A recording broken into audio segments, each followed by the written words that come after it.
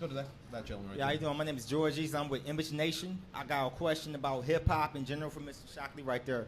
Where is American hip hop right now in comparison to world hip hop? Good question. You know something?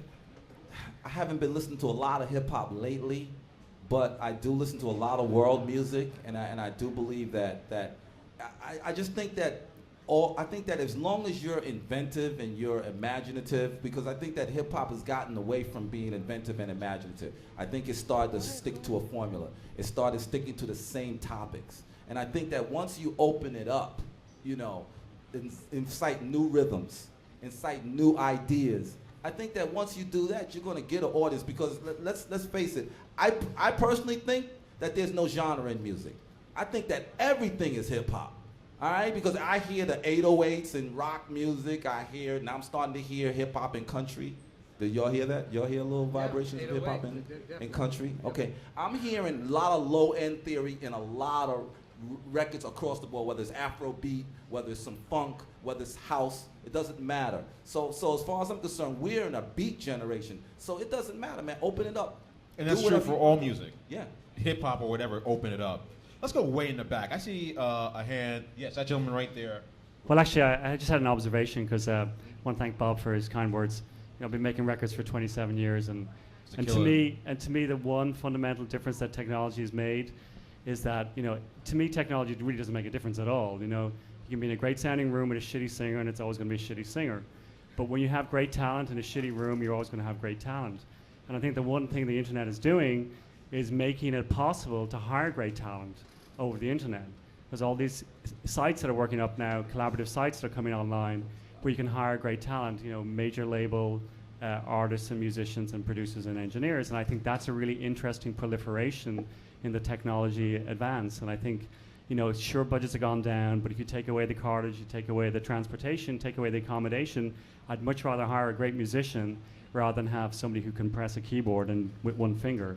Do you mean much the same way that, to use this example, a dating service will match you with someone in a given geography or outside your geography? Well, I think it can be anywhere. I think the geography could be anywhere, it can exactly. be global. I think you have to think of more as being a global community, and as opposed to bringing people together, and it's bringing based on interests. and it's creating community. And I think that, and that's what we need. We need more of a community. And Kevin, I don't know about you, but you know, in a sense, we are musicians participating in the record-making process. A lot of my work comes in that way. Yeah, and a lot of my work also. Yeah, you we know. don't see our clients sometimes, and it's a really interesting relationship. But yeah, I think that's a wonderful upshot of the whole new way things work. Okay, and also Ron St. Germain, another wonderful mixer here, is standing right in front of me. Another one of my great Nothing peers. but stars here. Okay, and Ron wants to ask a question too. Thanks so much for that. Let's take a couple more questions before we wrap this up. I see a gentleman there in Cazals and a tattoo on his arm right there. It looked like Yeah, Cazals. just one second. Okay, please. I got the mic, bro. The main thing, great panel. There needs to be a lot more discussions like this. Awesome. And thanks, sir, for making it happen. Thanks so much to you guys for making it happen. Puff up your chest. With Steve, I got to get his book because his speech was more historical. It didn't really offer as much new ideas on how to get paid and how to make money, which is what we need to do to continue to thrive and have the equipment and pay for this stuff. I've got $1 million board like Bob too, and it's catching dust. The reality is, in the last 3 years, America used to put out approximately 32,000 records a year. That has doubled in 3 years. It's 64,000. Where is it coming from? It's coming from everybody around here making records and making it available. What has also happened, the quality has turned to shit. Again, I agree with you. It doesn't matter. A great song will sound good on a cassette, you know, or an answering machine. But the reality is there's a lot of talent out there that you can access through the internet and make a deal. You have to be creative in how we're going to get paid. Yeah. 3 points or 4 points or 6 points, like Mutt Lang and some of the top guys, of nothing is still nothing. Yeah. We have got to extend our reach into publishing with the artists. We've got to extend our reach into performance. I've made tons of records. I've had 300 million sales in 35 years. I've got 60 gold and platinum albums. None of that do I participate in when they play that record on the air. That's all to the artist. You can't buy the record, but the shit's getting played and played and played and played. I'm going, wow, I made that. But I ain't getting my quarter penny. Say your name, please, sir, for everybody. Ron St. Germain. Thank you. Anyway.